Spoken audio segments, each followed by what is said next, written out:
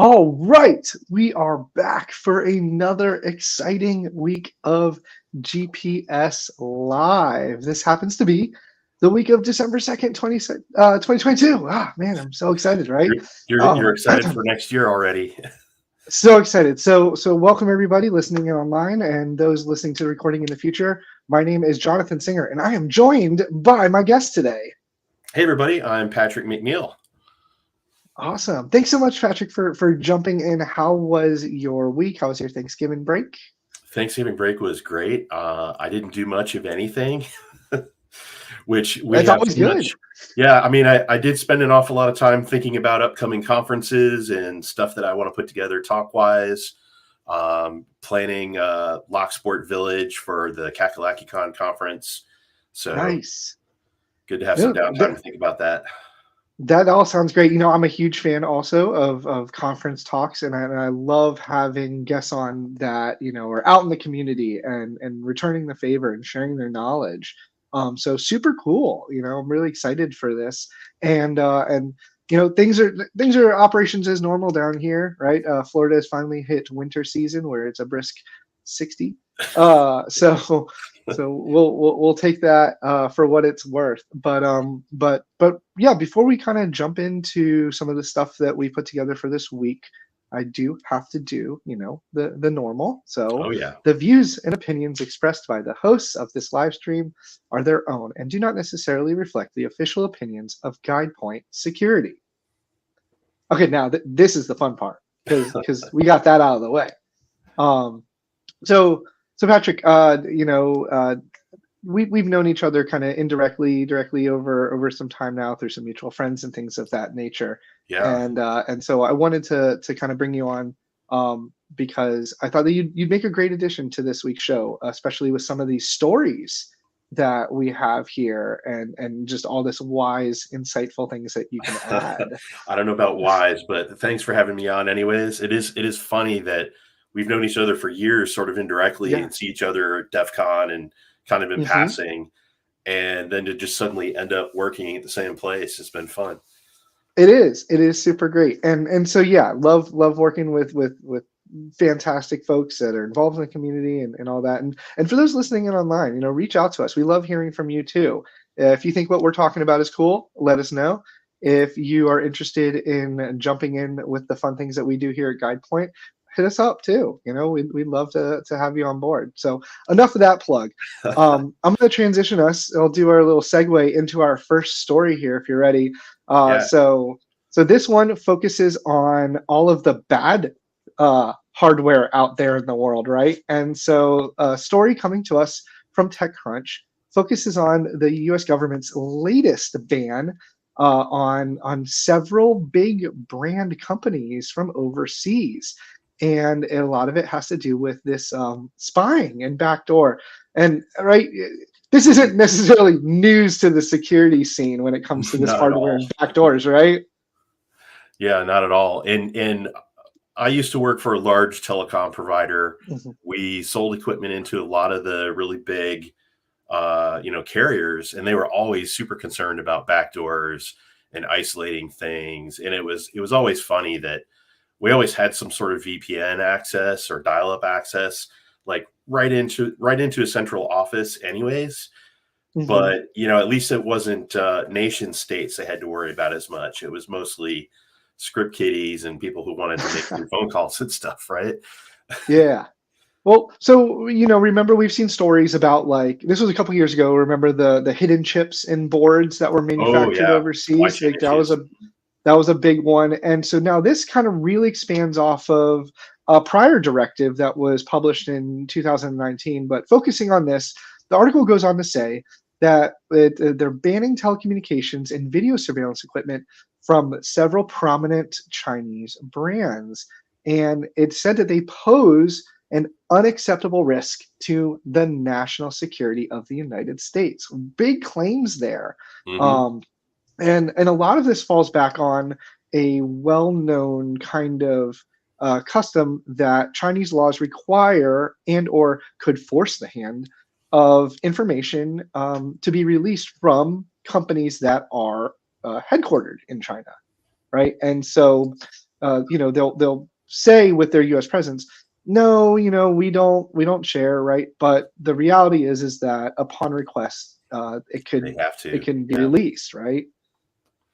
Yeah. The part that I thought was interesting was, well, a couple things that, before it was, you're not supposed to put these things in your network, but now it's like, you're not even allowed to import or sell them in the US Yeah. with this directive. The part that was sort of unclear to me was, if you're not supposed to sell it in the United States, does that impact like eBay buyers or anything like that? Like, I've got a crappy Okay. Hikvision camera I take out. Can I go ahead and sell it on eBay? Yeah, my Not old that you should. ZTE Android cell phone that I got years ago from a carrier that already is stateside, right? And Yeah. that, I think that's a good question, because it does specifically say, one, untrustworthy communication equipment is not authorized for use within our borders. But I don't think there's going to be like a cleanup collection. But I definitely feel like this is going to stop the further import. What do you think? Yeah. Yeah. I think so. And with regard to the cleanup, this new, I don't know what the term for it is, finding or whatever the paperwork was that the FCC dropped yesterday.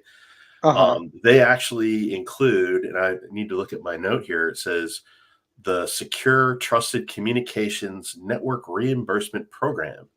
Oh, And it hey. says that was specifically to remove insecure equipment that has already been installed in US networks. Okay. So sounds like they're actually going to be funding some of the cleanup effort, which is good. Yeah, that's actually really interesting. So it's not just a, hey, these things are bad, remove them. It's, we're also going to help you fill that void, Yeah. because a lot of these manufacturers that are called out in this, from the surveillance perspective, right? These cameras are essential for the physical security purposes. Some of the other ones are carrier grade, right? And so these are going to be the backbone of cell phone networks and of fiber networks. And you can't just rip that out, because that's going to completely kill the communications chain. So how and do and we, they're get things rolling again? yeah, and they're not typically cheap either. Right. I mean, we're talking one shelf of equipment that's in the, like, 6-figure plus range. So Yeah. I don't. It's going to be interesting, and I feel like this was kind of a long time coming from my perspective. I see a lot of this happen in smaller countries or in developing countries, mhm, where there just isn't the supported infrastructure or even the funds to be able to deploy a national grid for telco. And so oftentimes these large overseas manufacturers will kind of offer up, hey, we can help you build the infrastructure. Hey, we can help you get an established cell phone network, whatever it may be. mhm. The cost is significantly low or next to nothing. But we all, have learned when it's free, you're the product. You're So, now a you nation know, state product. Yeah.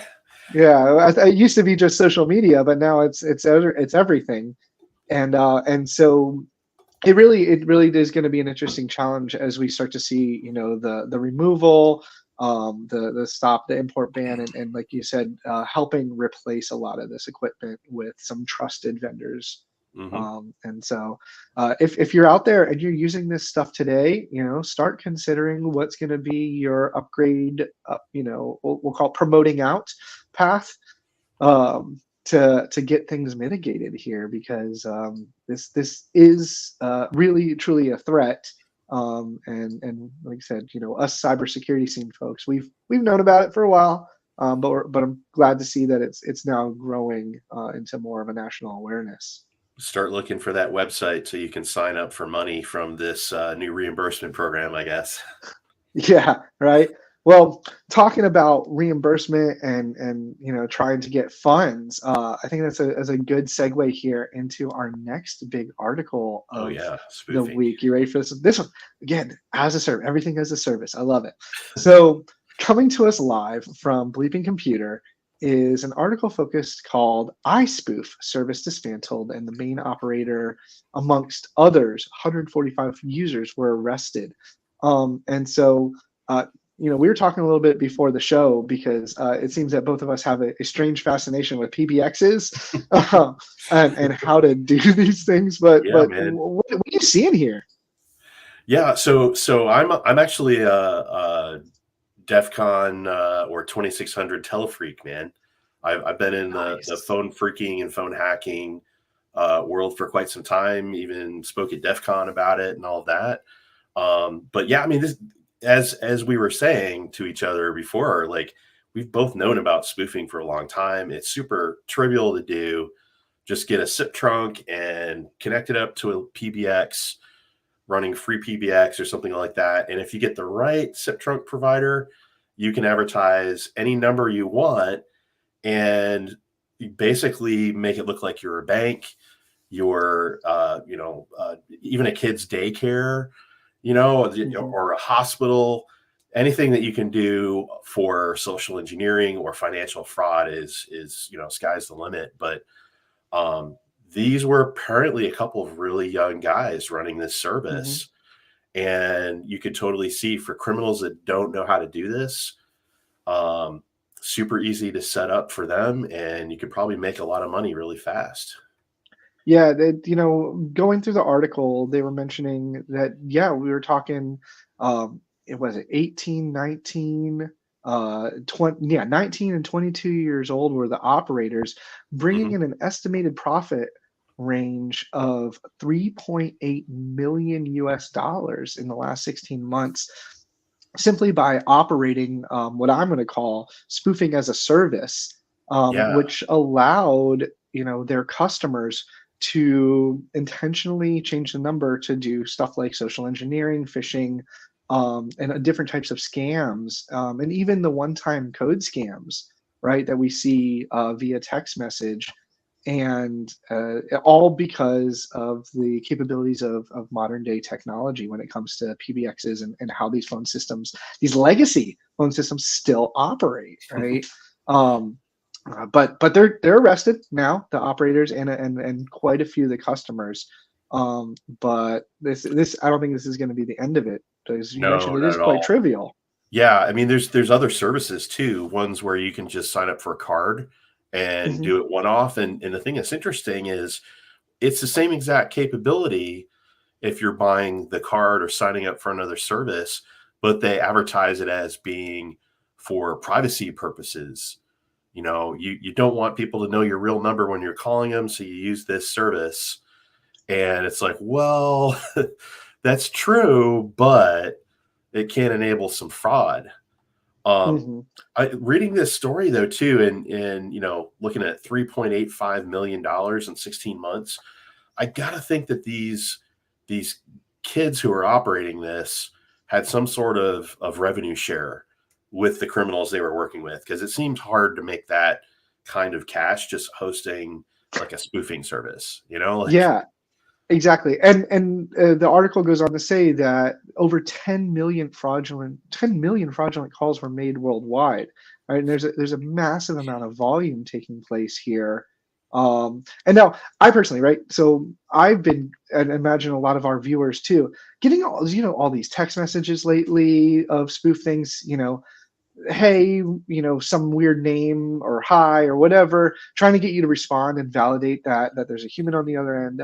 I've seen phishing techniques around one-time codes, especially, and this was an interesting one I saw, where if you give the one-time code over, they would steal your phone number for a Google Voice account and then use that to do scams and phishing against other people, because then you would validate that your phone number is tied to a Google Voice. And so there's a big market indeed for this kind of stuff. We saw Social Engineering Village, right, and in Las Vegas at DEF CON, often uses techniques similar to this to they do, yeah. call out with a specified number of like headquarters, or an executive, to simply be more convincing, right? You were telling me a funny story about on stage. What was that? Yeah, yeah. So it was DEF CON 23. My co-speaker and I demonstrated, some spoofing just to make a point. And I had gone over to a friend's house so I could have like his TV and have a movie going, and then spoof the call. And the caller ID that came up resolved that number to Jeff Moss, who, if you're not familiar, he is actually the founder of DEF CON. So everybody in the audience who knew what was up had a good laugh over that.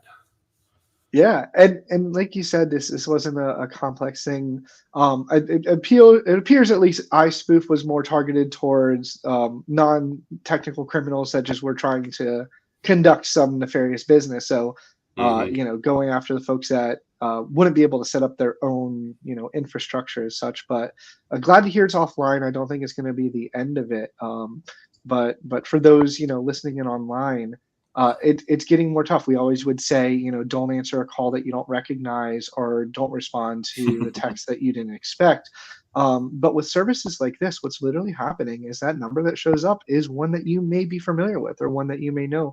I'm not going to say that I did this all the time, but that we had an ability to call somebody from 911. Like, that's what these systems allow you to do is there's the number, your DID, your direct in dial, but then there's also the number displayed. And that's just it's a legacy problem with our phone system still that allows us to spoof over what's actually going on, the actual phone line itself. So Hey, I've got I a think whole there's an list of overhaul. places I like to spoof, like the number for Graceland. So you can Oh call yeah. somebody and have it like Graceland come up. Some bait and tackle shops, and Yeah, no, man, lots of fun it's going to places be to have interesting. displayed. Yeah, and like you said, back to the roots of hackers in general, right? 2600 and just messing with phone systems. This is classic stuff from 40 years ago that just still hasn't changed, right? And we're seeing it over and over again. And hopefully I can only expect that things tend to improve.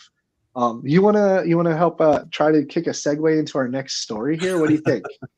Sure. I mean, we were just talking about an uneventful Thanksgiving, and Uh-huh. some people just did not have an uneventful Thanksgiving. No, they never catch a break. No. So, from Government Technology News here, Washington County, Maryland, hit with a Thanksgiving Day cyber attack.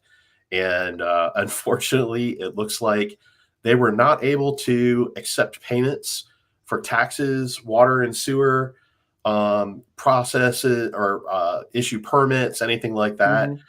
The article doesn't really say exactly why they couldn't accept payments, but obviously they were impacted, and we probably have some gut feelings as to maybe what type of thing they got hit with. Probably something like ransomware, but Yeah. um, luckily, at least it does say that the 911 services were not impacted. I mean, typically they try to keep those systems pretty well separate from the rest of the government kind of enterprise network. So Yeah, absolutely. And so to speak to that, yeah, they didn't the county released a minimal bit of information regarding an outage, but didn't go on to say whether it was, like you said, assumed maybe a ransomware attack or some kind of malicious attack of that nature. But it just goes to show, I actually, if anybody of our viewers follow myself on LinkedIn, I posted a fun little question about, do we actually see an uptick in cyber attacks during US holidays against US targets? And the answer is absolutely yes, right? And it's not just kind of a theory, but this is something that is published by both CISA, the Cybersecurity Infrastructure Security Agency, and the FBI. They do warn us that holidays are a prime time for cyber attacks to strike because perpetrators see the advantages like closed offices, reduced staffing, drunk on turkey tryptophan, and you're spending time with your friends and family, and it's just this opportune moment to do this, right? skeleton And staff in the sock, man. it is. It truly is. And so, but you're right. Yeah. Luckily, the emergency communication center for 911 in that county is still operational. They said the disruption is affecting different capabilities, but the users can still, or the citizens can still call into 911 for an Hmm. emergency and get a response to dispatched to them. You brought up another topic with me earlier too that I thought Hmm. was really interesting. I hadn't thought about was what happens in other countries, right? Yeah. Right. So Like, if it's a holiday in Brazil, a national holiday, does Brazil see an uptick in attacks? and equal to potentially, you know, other holidays in other European or Middle Eastern regions. It was just kind of so. It was totally one of those shower thoughts of like, you know, I'm so American, only thinking about the United States.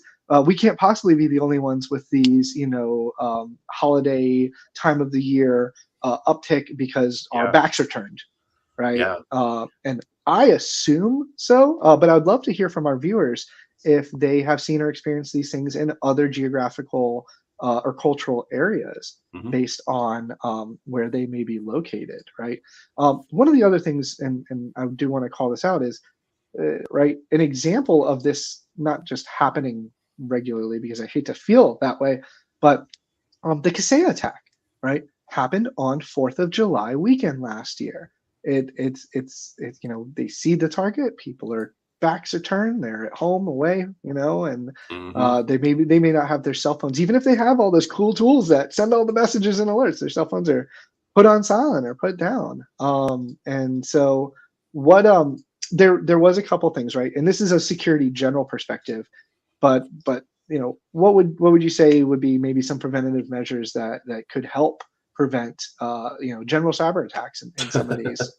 Ironically, my team and I were just working on a whole list of like best practices and the things that the DFIR teams see all the time. Like, okay, well, Mhm. here's the list of things you probably should have done to prevent all of this from happening. Well, let And me guess. One, two, three, four, five, six. yeah, passwords, yeah, and PAM, you know, having PAM installed, you know, SSO, that sort of thing, but multi-factor authentication, you know, Mhm. to a T, especially for anything remote access or administrative. Um, you know, having a password manager to try to force people to use unique passwords for everything. You know, and of course the standard, you know, trying to prevent phishing attacks through education, perhaps, you know, inbound filtering and that sort of thing.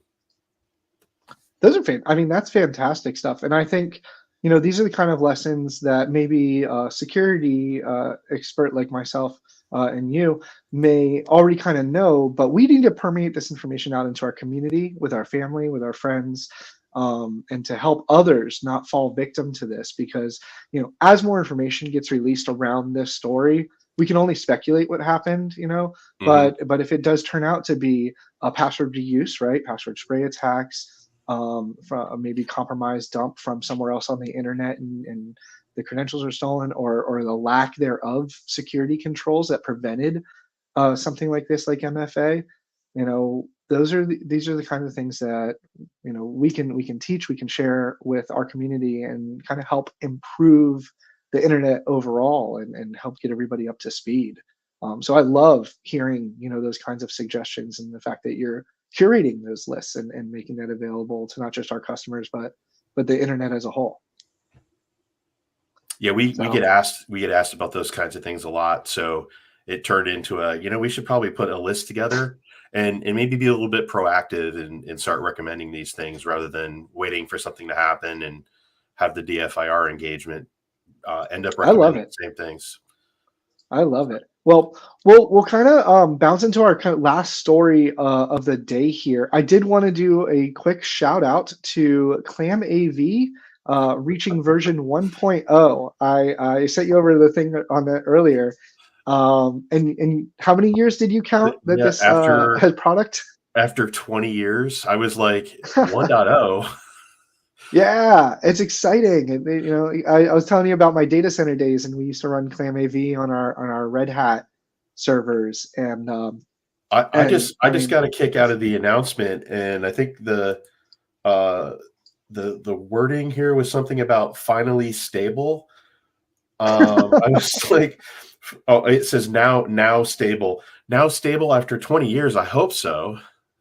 yeah, it's but cheers to the team that's since been acquired by Cisco, for Clam AV, for getting version 1.0.0 released. So it's a nice little fun shout out. But all right, so this last one is actually a play off of an earlier story that we did on the show.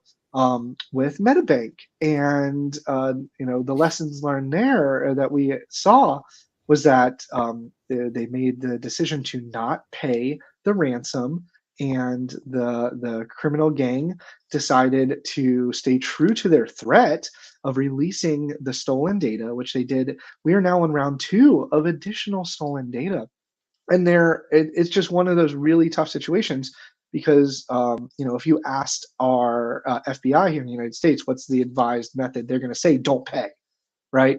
um, but this is a true outcome and consequence. And so did you see anything that really stood out in this latest batch here?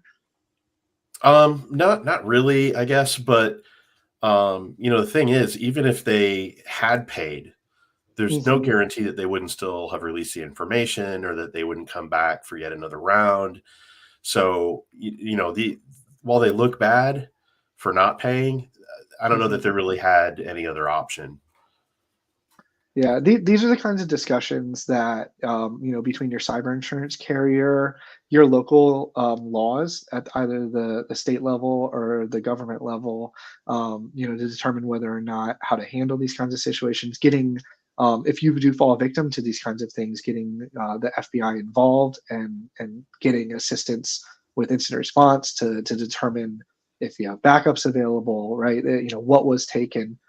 Hmm. There's so many different decisions that tend to happen in a compromise like this, and it's really hard to say whether there was a right decision or a wrong decision. But it's not often we see the follow through and really that kind of message being sent home. Yeah, and I wonder if they're facing fines for the data breach. Is Mhm. this still considered one data breach, or do they get fined for every release? Yeah, Australia does have some very strict fines. In fact, Hmm. new legislation in Australia says that companies can face fines up to $50 million Australian for repeated or serious data breaches. So, Medibank is going to have an interesting uphill challenge, but I hope those staying close to the story can learn from this experience and can observe and hopefully maybe even get some evidence against the criminal gangs and help get those taken down. Although sadly, the article did call out that it looks that they're suspected to be connected to the R Evil ransomware gang that does have kind of a vicious history here. Hmm. So uh, not to end on a low note, but that's really it for the stories of this week. It was super fun. Like I said, Patrick, having you on for GPS Live this week Yeah, for the thanks week again for of having December me. 2nd. Yeah, and we'd love to have you back. And for everybody tuning in online and watching this also in the future, thank you for the comments that came in. We appreciate you, and please stay involved, reach out. We'd love to hear your feedback because it's important for us to want to make sure that we're sending the message home. People are listening and that we are sharing some good, useful information. So, with that, we are coming to a close here. So, I guess we'll do our little over and out. As always, my name is Jonathan Singer. And I'm Patrick McNeil. All right. Well, thank you, Patrick. It's been a pleasure. We hope to see you again soon. And stay safe, everybody, and enjoy. Goodbye now.